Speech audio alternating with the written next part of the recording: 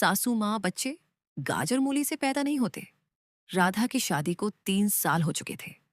वह अपने सास ससुर और पति रोहित के साथ एक छोटे से शहर में रहती थी।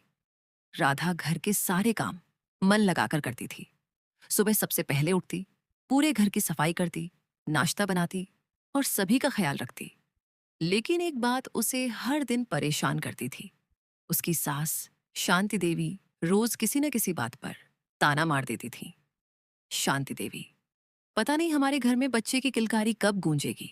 कभी पड़ोस की किसी बहू का उदाहरण देती, तो कभी रिश्तेदारों की बातें सुनाती। एक दिन तो हद ही हो गई। नाश्ता करते समय शांति देवी बोली, शांति देवी, बहू, शादी को 3 साल हो गए। लगता है तुम्हें बच्चे गाजर मूली के खेत से लाने हैं।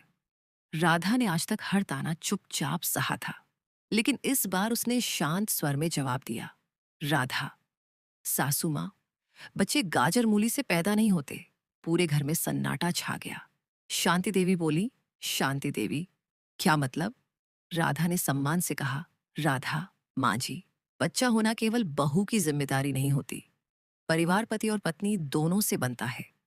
बिना पूरी बात जाने किसी एक को दोष देना ठीक नहीं। इतने में रोहित भी ऑफिस जाने के लिए बाहर आ गया।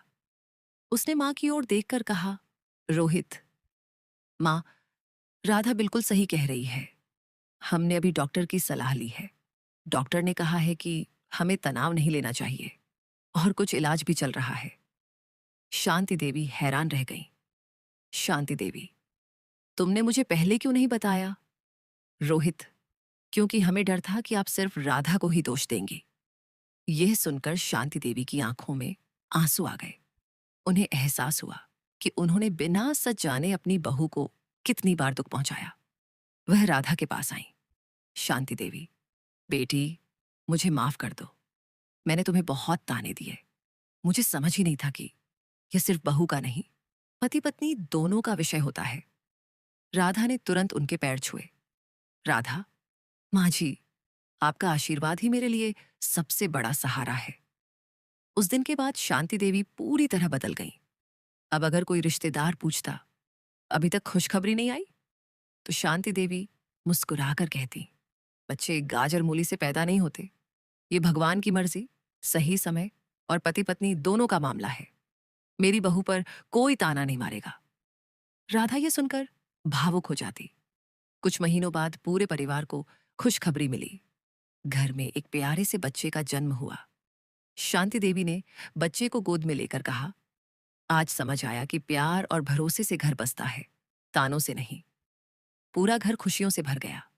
सीख, परिवार में किसी भी बात का दोष केवल बहू पर नहीं डालना चाहिए। सम्मान, समझदारी और साथ मिलकर हर मुश्किल का सामना करने से रिश्ते मजबूत बनते हैं।